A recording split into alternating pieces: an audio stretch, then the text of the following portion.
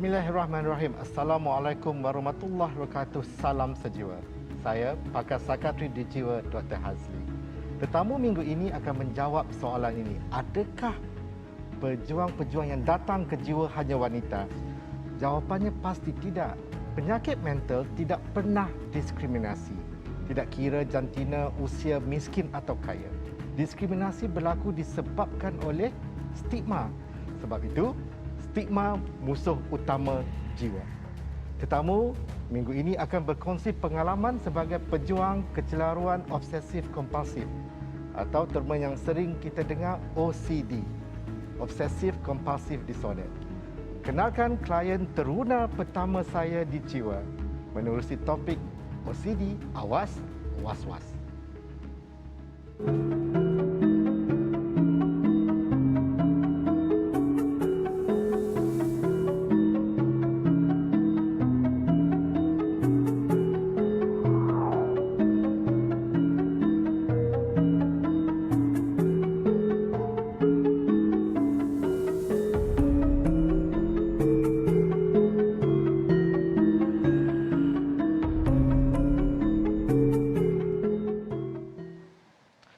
Di studio kita ada Encik Syafiq Ibrahim, nama sebenar, pejuang OCD.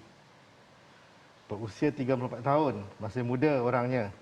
Okey, kita berjumpa dengan Encik Syafiq. Assalamualaikum Syafiq. Waalaikumsalam warahmatullahi Terima kasih datang.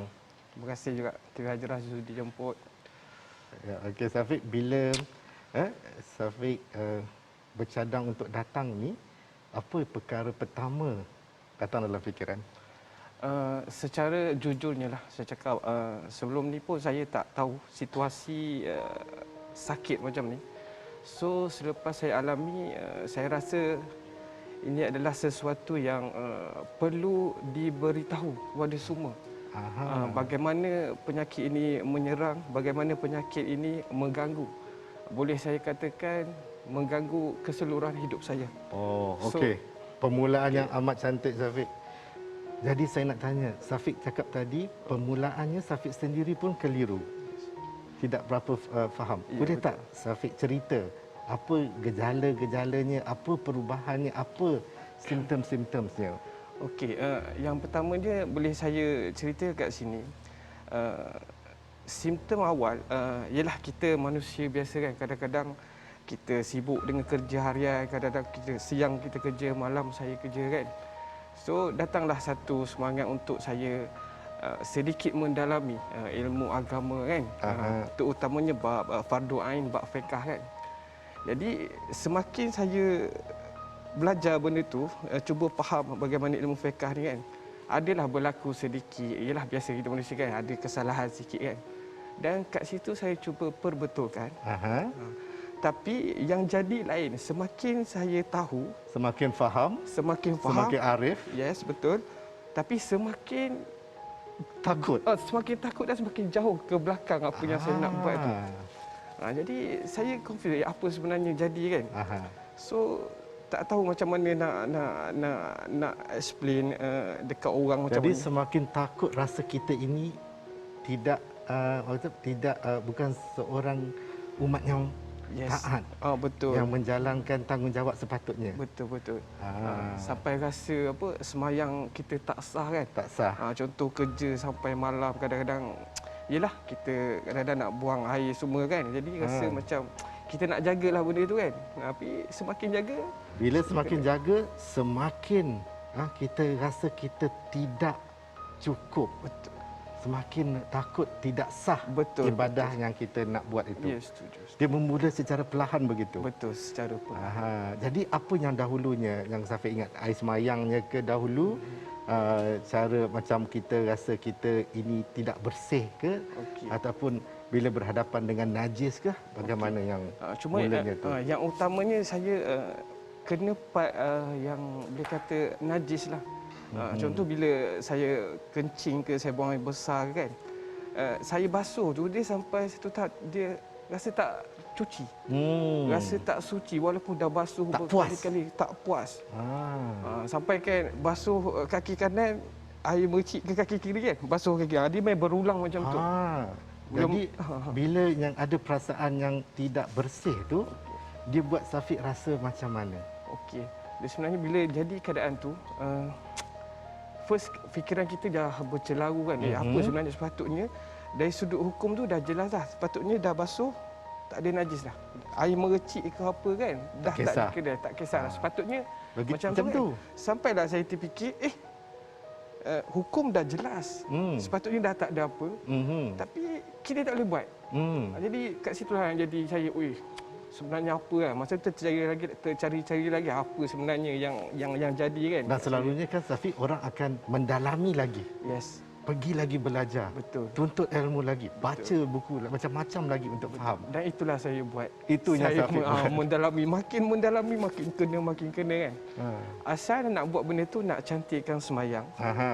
Nak cantikkan ibadat. Sampai bila kena yang simptom yang OCD ni, sampai buat benda tu sampai saya tak semayang. Sampai habis waktu. Sampai tahap macam tu. Yes. Sampai start lah saya mandi 2-3 jam. Mula-mula setengah jam, 1 jam. Pergi ke 2 jam. Makin lama dah makin lama. Makin faham. Okey, bila dah sampai 2 jam mandi tu kan Syafiq, Syafiq rasa masih belum cuci lagi, menyucikan lagi? Jujur saya rasa tak cuci lagi. Rasa tak apa. Macam signal kat kepala, tak tahulah signal macam mana kan. Dia cakap kena basuh lagi. Contoh apalah sangat kan contoh. Okey. Cuba basuh. Jadi paling lama berapa jam Syafiq mandi? Setakat rekod lah. Jujur saya cakap siapa 9 jam. 9 jam. Saya mandi 9 jam. 9 jam tu dia berulang lah. Contoh saya mandi sekali, nak keluar, tak puas kan. Ataupun kaki rasa tak suci kan. So asal nak basuh kaki je. Tapi bila basuh kaki tu, air tu dah merecik ke peha. Nak basuh peha, merecik pula ke perut. Satu badan lah Jadi, balik. baik, mandi satu badan lah. Berulang lagi. 9 jam? Yes, jujur saya cakap. Dah waktu bekerja tu? Ya, dah habis. Dia rosakkan semua, doktor. Saya tak boleh bekerja. Asal nak sembahyang cantik, tengah-tengah mandi tu orang azan. Dah zuhur, dah asar kan. Dah maghrib, sampai ke isyak. Kan? Ambil wuduk macam mana? Setakat ni yang wuduk saya bila kena saya tak pernah just ambil wuduk saja.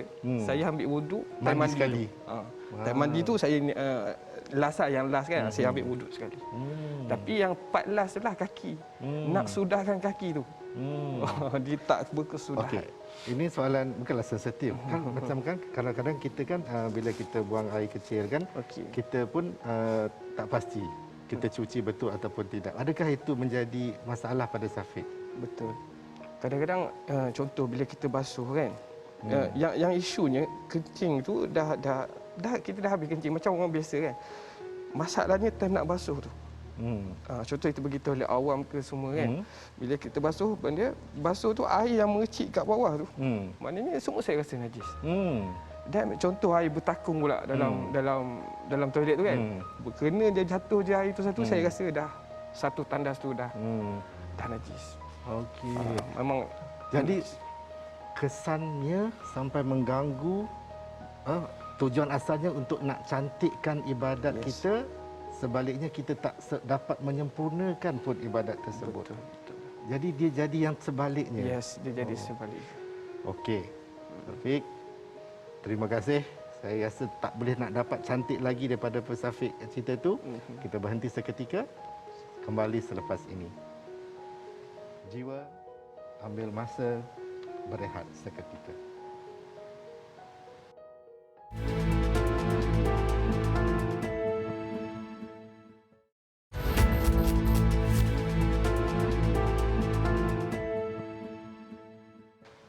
Alhamdulillah, kembali kita ke jiwa. Segmen kedua saya akan menjelaskan lebih lanjut tentang OCD. O itu obsesif, ya, obsesi. C itu kompulsi. Obsesi dia dalam bentuk fikiran, dalam bentuk dia boleh jadi images also yang buatkan kita rasa tak selesa. Dalam Encik Syafiq tadi, obsesisnya tentang contamination, takut tidak sah sembahyang ibadat yang dia buat. Jadi disebabkan itu dia rasa tak selesa, dan untuk nak jadi selesanya itu, hilangkan ketidakselesaan itu, beliau terpaksa melakukan perbuatan yang berulang-ulang untuk nak meyakinkan itu adalah sah. Itu sudah suci. Itu kita panggil kompulsif. O adalah fikiran, dalam fikiran, C adalah perbuatan yang berulang. Dia berbeza dengan OCPD. Apa OCPD? Obsessive Compulsive Personality Disorder. Mereka yang suka kemas, yang cantik, nak color codingnya, yang tersusun, yang suka semua tu. Itu OCPD. Perfectionist, yang nak kesempurnaan. Itu kesukaan, mereka suka. OCD tak suka. Sampaikan satu yang seolah-olah didera. Beza antara OCD dan OCPD. Sesiapa yang perfectionist tu, yang suka bersih-bersih tu, jangan cakap OCD ya selepas ini. Kesian kat Safiq. Kita kembali pada Safiq. Ya, doktor. Safiq sebelum dapat simptom OCD ni, Safiq jenis yang orang suka kemas, suka perfectionist tu ke? Oh, tak ada. Tak ada kan? Tak ada langsung. Jadi kan, okey. Macam mana permulaannya untuk Safiq pergi mendapatkan rawatan tu? Siapa yang tolong? Safiq sendiri kah orang tersebut? Oh, yang ni saya bagi saya penting lah saya nak cakap. Sebenarnya bila saya sedar berlaku keganjilan dekat diri saya, perbuatan saya tu kan. So, first saya mencarilah orang sekeliling saya, terutamanya wife saya lah kan, wife saya. Bila saya cerita, tapi sekadar dapat cerita je, wife pun dapat bagi tahu macam tu, bang, yang ni tak boleh buat macam ni kan, bang, yang ni salah. Padahal abang dah tahu. Padahal abang dah belajar benda kan, sepatutnya abang boleh buat lah kan. Tapi yang masalahnya bila kita tahu, kita dah tahu benda tu tapi kita tak boleh buat. Yang tu yang terkesan yes, sangat. dia datang, apa ni kan sebenarnya kan. Sampailah nak jadikan cerita tu, saya dalam masa 10 bulan kot tak silap saya ambil masa dalam 10 bulan saya mencari apa masalah saya kan. Saya bertanya orang ni cakap macam biasalah, yang ni cuma gangguan syaitan. Betul, yang tu saya tak nafikan memang ada. Dalam Islam kita pun ada sebut benda tu kan. Betul. Jadi walaupun kita dah tahu gangguan, kita dah amalkan zikir. Dah buat semua dah. Buat semua dah, kita bermunajat kan, kita minta kan. Tapi tak jadi juga sebenarnya. Tak tahulah, mungkin Tuhan masih nak uji ke apa kan. Jadi kat situlah yang saya hadapi tu memang saat yang paling sukar lah untuk tu. Jadi bila kawan datang semua, so cuma yang first tu saya tak bagi tahu semua lagi lah sakit saya ni. Apa yang buatkan Safiq tak selesa nak bercerita? Dia sebenarnya first kita akan rasa orang tak kau faham. Betul. Apa yang kita cerita kan. Sebab kita cerita benda yang pelik. Contoh mandi 9 jam tadi kan. Siapa nak percaya? 9 jam. Kan kerja office hour pun 8 jam je kan. Betul. Jadi mesti saya rasa tak ada kot orang nak percaya kan. Cuma yang saya nak tekankan, saya ada seorang kawan lah yang betul-betul berada di sisi saya. Bila wife saya pun bagi tahu, saya tak jadi juga. Kalau saya boleh mention nama dia, nama Abdul Hadi, kawan sekolah saya dulu dan bekerja dekat KL sekali. Walaupun dia orang normal, tapi dia ambil cerita saya itu dengan cara lain. Dia tak Dia terima terima apa yang Safiq cerita. Yes, betul. Tanpa menilai. Betul. Apa saja Safiq cerita, walaupun tak boleh diterima akal, Betul. dia percaya. Sebab dia cakap je lah, Pik, aku kenal kau dulu bukan macam ni tau. So memang berlaku something lah dekat kau ni. Dan saya sama-sama lah cari dia pun. Bila saya berlaku tekanan yang tinggi, contoh saya datang tak selesa kan, saya akan call dia lah. Jumpa dia. Yang itulah permulaan yang saya buat. Tapi masih tak ada lagi lah perkataan pergilah hospital. Saya tak jumpa lagi. Belum lagi. Macam mana berjumpanya itu? Ya. Kat sini dah bagi saya sangat terkesan lah bagi saya. Jadi dalam media sosial pun kita tengok ustaz berkaitan was-was, OCD, dengan doktor pun ada explain kat situ kan. Jadi saya macam tak dapat tau. Yang ni cakap gangguan syaitan, betul, boleh diterima kan. Yang doktor cakap pergi hospital kan. So macam itulah dia tergantung. Sampailah saya jumpa kaunseling lah. Kaunseling nama Encik Aziz. Kaunselor ni dia dah first dia dah diagnose awal lah saya kan. Kaunselor ni cakap, Syafiq, you ada simptom ni. Dia ada cakap lah OCD tu. Cuma masa tu saya pun sendiri tak tahu apa ni OCD kan, macam tu. Rasa tak terfikir itu berlaku pada diri kita. Yes, betul. Sampai yang kaunselor tu pun cakap, Syafiq, awak dah tahu kan, kenapa tak boleh buat? Yang tu lah saya tak tahu tu. Keluarga macam mana, Syafiq? Keluarga okey, start yang saya cerita asal tadi tu saya tak nak beritahu kan.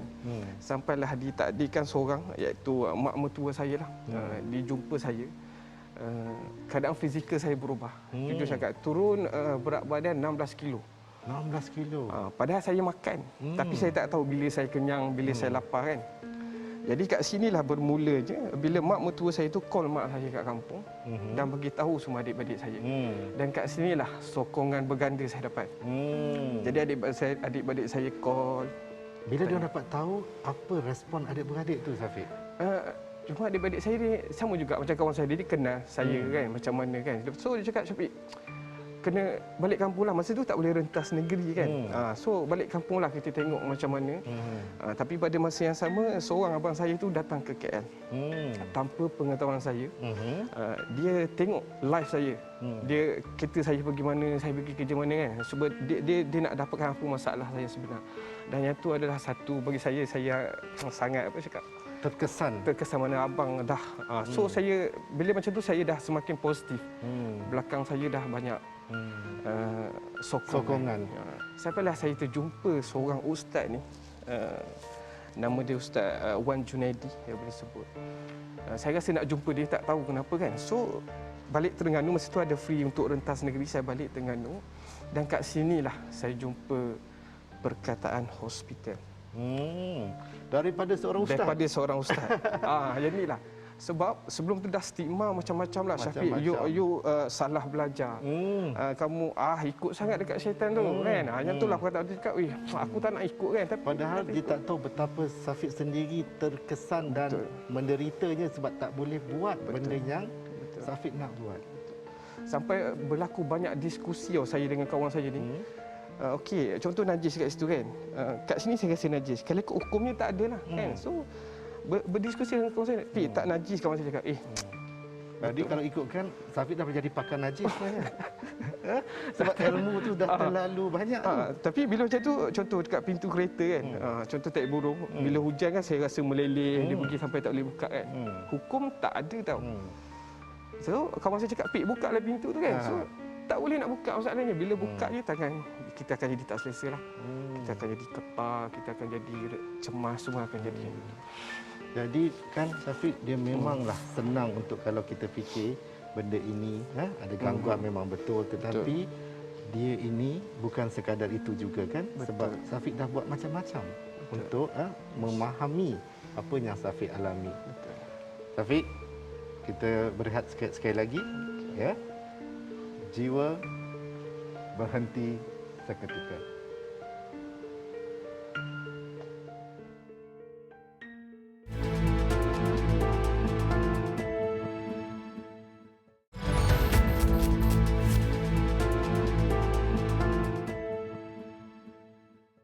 Kembali kita ke jiwa. Syafiq, boleh tak saya nak tanya sikit, tadi Syafiq sebut pasal ustaz tu yang mencadangkan pada hospital. Syafiq rasa apakah yang membuatkan ustaz tu cadangkan pada Syafiq? Dia sebenarnya bila stigma menghantui saya, bila satu perkataan yang bagi terkesan kat saya, Syafiq, you mungkin salah belajar kan. Jadi saya jumpa ustaz tu sebab ustaz tu banyak belajar ajar bab fiqh lah kan, dan dengan cara dia itulah saya mudah faham. So bila saya jumpa dia tu, saya ceritalah apa yang saya dengar, apa saya belajar. So jawapan dia, okey Syafiq, you tak ada masalah, apa yang awak cakap tu semua betul dan semua seperti orang lain yang cakap tu kan, semua betul. So bila macam tu dia cakap, okey, so kalau macam ni awak dah tahu awak tak boleh buat, so hospital. So dia cakap jangan risau hospital. Kadang-kadang bila hospital orang takut dengan ubat. Bila dah jumpa doktor, makan ubat tu selamanya. Yang tu Syafiq tak makan ubat lagi sekarang kan? Betul. Jujur saya cakap, saya makan just 2 bulan saja. Saya jumpa doktor bulan 11 2020 kan. So dalam awal bulan 1 tu dah stop dah. Okey.